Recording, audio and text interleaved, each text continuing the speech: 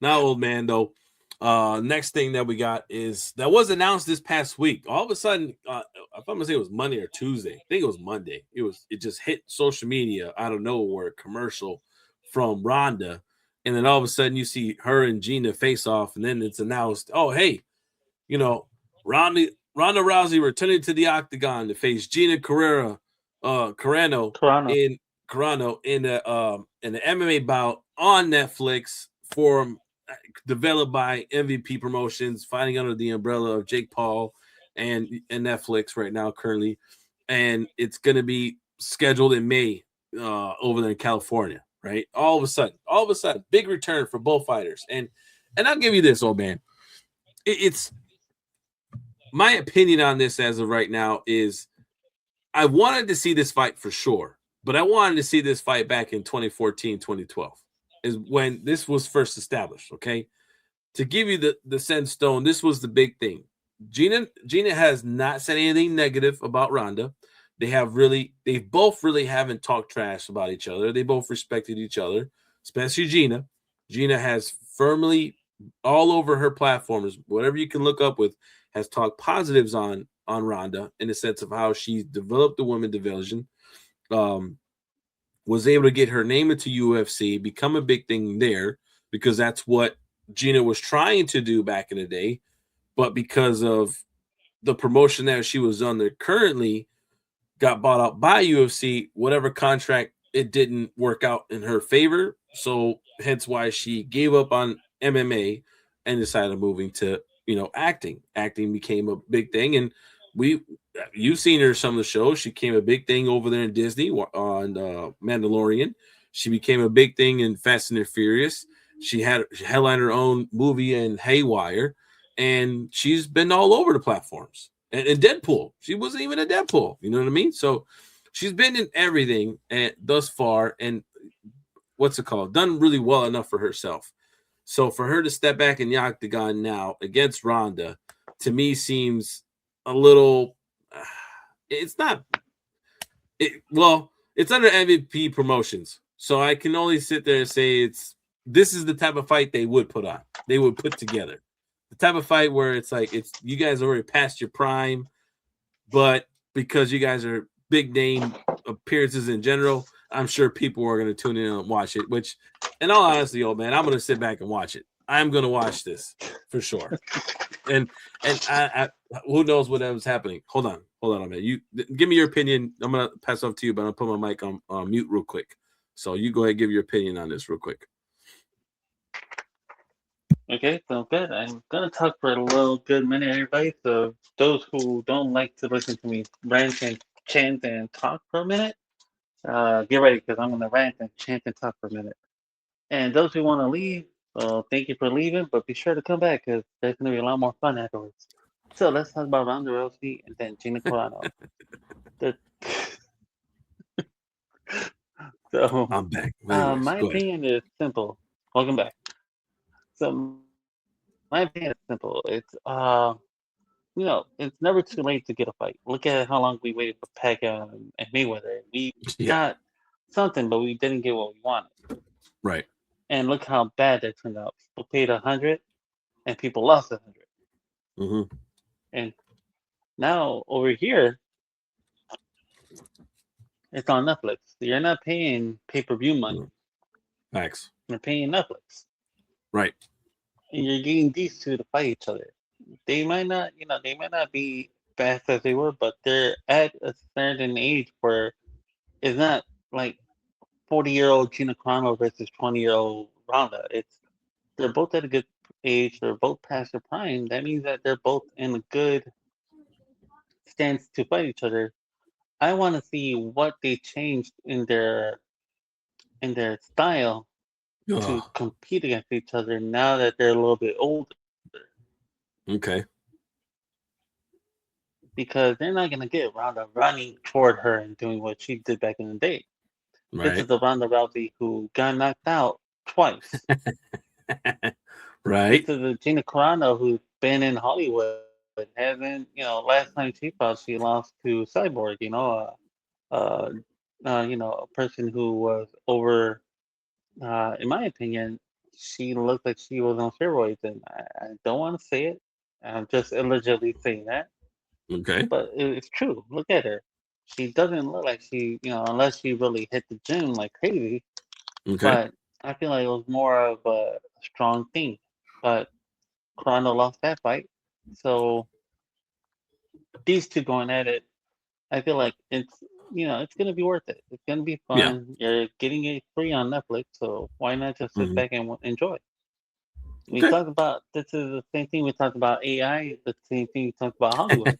Look at the fact that Dana White didn't want it. And I'm like, Dana White, right now, you could have, if you were a good promoter, like somebody like freaking, and I'm gonna put his name out there. People might not like it, but freaking someone like, damn, what's his name? Don King could have promoted Hmm. the living shit out of this fight, Oh yeah. and people would have sat and watched it. Yeah. It would have had a name too, like the Diamond in the Rough or something. And people have been like, "Oh shit, it's the Diamond in the Rough, Ronda versus Gina Carano," Could be. you know. Yeah. And that's the thing. It Dana White, if he would have done it, that's all Dana White would have had to do. But Dana White doesn't know how to promote a woman. He only knows No. to promote the top person. And that's it. When she lost, he wasn't happy. Look what Alex Pereira, when Alex Pereira lost, he wasn't happy. He didn't know how to promote the other guys. Right. Somebody like Don King would have been able to promote anyone else in the UFC and made it look good. Right. Right. Right. Here, Well. that's the sad thing about Jake Paul is he doesn't know how to promote these girls. These girls are promoting themselves. Hmm. I think the to That's all I kind got. of the to go on and to piggyback off of that, oh man, when it came to Dana White for sure. Now, it didn't shock me that she put him out there on blast and said, I reached out to Dana and I asked him, can we get this fight done and stuff like that, whatever. Now, Dana White definitely did want to have this fight, but he wanted to have this fight back in 2014 when Gina wasn't necessarily past her prime. She had just went to Hollywood a couple years before. She would have been perfectly fine going back to the training camp and give herself a solid one. Ronda was at her peak of her highlight of her freaking career of becoming the it girl in UFC and then skyrocketing into over to crossing over to movie goings and stuff like that. And but the one thing is that if you realize Dana doesn't want to put any effort in these fights like this, knowing that neither one of them should be fighting each other. He doesn't believe either one should be fighting each other. It's the same thing what he said about Chuck Liddell and Tito Ortiz. Neither one should have been fighting each other at their stage. Yeah, they have the names, but the fight itself is not going to be as entertaining as it should be and the type of fights that he wants to put together, knowing that it could have been, but it isn't right now. And it's not going to be that way. That's Well, why it makes sense right now of why he passed on it, even though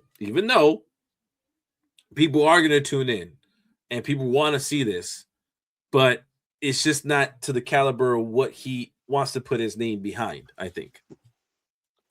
and it's funny because I'm gonna try to put two names that were past their primes and they fought each other. People went and watched it. They talked Mhm. about it the next day. Tyson and Roy Jones. Yes. Yes. That was crazy. That's the thing. Like I said, Dana White. It's not that Dana White looks at it and says, "I can't promote it. It's not gonna sell." Look at the fact that Tyson and Roy Jones were past their primes and they put on freaking 10 minutes of entertainment. Yeah. Hell of Yep. a fight, even though they were trying to knock each other out, but you saw it. Hmm. There were no fans in the arena because it was during the During COVID thing. correct. But imagine that this would have happened around fans. Yeah. That's the thing. These two girls are about to fight in an arena full of fans. Right. They they're bound to sell. It's bound to Yeah. get tickets. Facts. I'll be surprised if it doesn't. The only people I might not go would be wrestling fans because Ronda's The gonna hater. piss a lot of them off. She pissed Yeah, off the MMA fighters, right? MMA fans too as well. They're gonna tune in and watch her ass get beat, old man. I tell you that right now. They're gonna watch her ass get beat, and that's why I'm tuning in.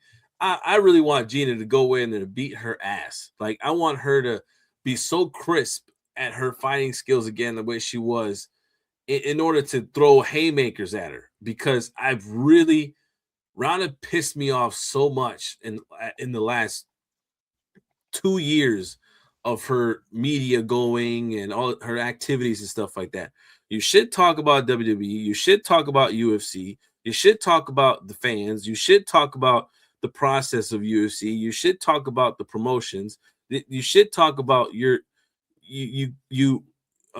way your career was set up. You should talk about how it was highlighted. It's like you're not happy, bro. We put you at a certain pedestal and a certain point in your life. You would not be where you are if it wasn't for us backing you up, especially when it came to UFC in the MMA world. And you were the highlight of the women franchise and the women movement in MMA. You were that girl. UFC chose you to be that girl. Dana chose you to be the first woman to headline a UFC event. And for some reason, you want to do this whole honesty tour in your own opinion on how things went. And all of that was nothing but just the process was wrong. I had concussion, excuses after excuses, knowing you're a phenomenal fighter, knowing you have the love of the fans of supporting you, and then right because you lost, everyone judged on the involvement of why you lost and critiqued the fight and how it was. You took it so offensive that they critiqued at that, and you discounted your fans and the wrestling, especially too. Now you're talking about wrestling. Now you're talking about WWE fighters, and it's like, oh, this is easy. That's easy. If it was easy, then why didn't you stay? First off, if it was so easy, why didn't you put on great shows? No, you didn't like it. You know why? Because it was too hard for you. It was too hard. So you packed up your things and left. So no, I want to see Gina go out there and kick your ass. That's on tuning in. That's just me. That's just me. You brought it up, I'll old tell man. you one thing. The reason why, now, in my opinion, it was good that they didn't fight back in the day. Gina Carano was making movies. She Mm-hmm. didn't Mm-hmm. have time to practice. Right. Remember what a boxer said about another boxer who was making films, doing Yeah. Hollywood. He didn't have time to prepare. When he Mm-hmm. went to fight him, he got schooled. Right. You I'm lost talking that about dog. Antonio Tarver. I'm talking about Antonio Tarver versus Bernard Hopkins. Mm-hmm. Hopkins said, "I'm about to fight Antonio Tarver. He's not going to have it in him to beat me because he's in Hollywood right now." Right. Right. Dana White wanted Gina Carano when she was in Hollywood because it would have been an easy win for Ronda. Correct. That's what I'm saying because it was at the point where he was feeding Ronda all these fighters. Yeah. Look Yeah. at what happened when Ronda went against Holly Holm, Oh, mm-hmm. Amanda And Nunez. And that's the thing. During that time when she had the Holly Holm fight, that was her peak. That was when she was in Hollywood. That's when she crossed over, did those movies, and got this and that. Once that fighter gets involved in all that kind of mixture of activities outside the octagon and earning their money in different platforms in different ways and stuff like that, and once they get that fight, the next fight, oh, we've seen it in fighters. It's coming and going. Like it's not. It's always going to be that. It's certain fighter is going to reach a certain plateau in their career where they're phenomenal. They're phenomenal. When they got different activities out and about and they're doing so many different things, that mindset is going to be thinned out so much to the point when they get actual into a fight, you can see it nothing's clicking. And it's not that they're not intelligent. They're great. They still can pack a punch or whatever case to be. But all of it's not clicking because now they're worried about, well, if I lose and I lose my career, then all of this is gonna happen. If I get superly punched and I'm gonna do this, that I want it because I want to be number one or whatever case to be. It's out the window because they are number one. So now it's like, well, I'm already number one. I already got this far. I'm ready to party. Like it's out the window, man. It It happens sucks. a lot. It Imagine does. Mike Tyson. Right. Tyson was undefeated. went party like crazy, Yep. and he partied the night before he was gonna go fight this guy. He Mm-hmm. fights Buster, and in the luckiest night of a man's life, Buster Douglas knocks out Mike Tyson. Yeah. Still, It there's was a great. lot of controversy in that fight, but still, Right. it shows that sometimes when somebody believes to be too invincible, it affects them. And you know Yeah. how that comes to play? Look at call that out. Rocky, Rocky Yeah. 3. You Yeah. see it in him when Yep. he's out there. He's filming these commercials. He's doing all these things. He's Yep. on the Muppet Show. Yep. When he goes to fight Mr. T's Clover Lane was hungry. Yep. Rocky wasn't. Right. Clover Lane fed. He got fed. He got to eat. Yep. Rocky was the food. Pretty much. Pretty much. And then you see when he loses, he didn't. He took time off, but he went and trained, and he trained harder. Yeah. That's the thing. It's sometimes when you lose, look at Buster Douglas. When he lost, I don't think he came back no more. He left. Mm. But Tyson, he's lost. No, let's look at somebody else. Yeah. Tyson lost. He's lost a few times, but he's come back. De La Hoya lost, and he's come back. Right. Chavez lost. He came back. Right. A lot of fighters who had that, that they had that ability to lose, but they went back to train again. They went back Exactly. to Devote focus their on why time. they lost. Yep. The problem with Ronda Rousey and the problem with Dana White is when somebody like Ronda loses, she left for a long time. Yep. Yep. His Yep. fault. His fault was he fed her to Amanda Nunes right away. Yeah. Exactly what he wants to do to Gina Carano. Right. I'm saying that now. When when Ronda Rousey was at the top of her prime, Gina was on Hollywood. Mm-hmm. He was gonna feed Gina to Ronda. Yeah. He did the same thing with Ronda Rousey against Amanda Nunes, man. Right. Ronda Rousey wasn't fighting. Her mind wasn't there no more. So he knew that. He knew that her mind wasn't there. So what did he do? He fed her to Amanda Nunes. Mm-hmm.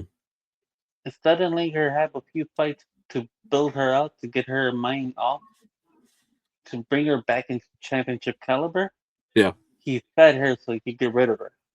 Yeah. That's the mentality that a man like Dana White has. It's Mm-hmm.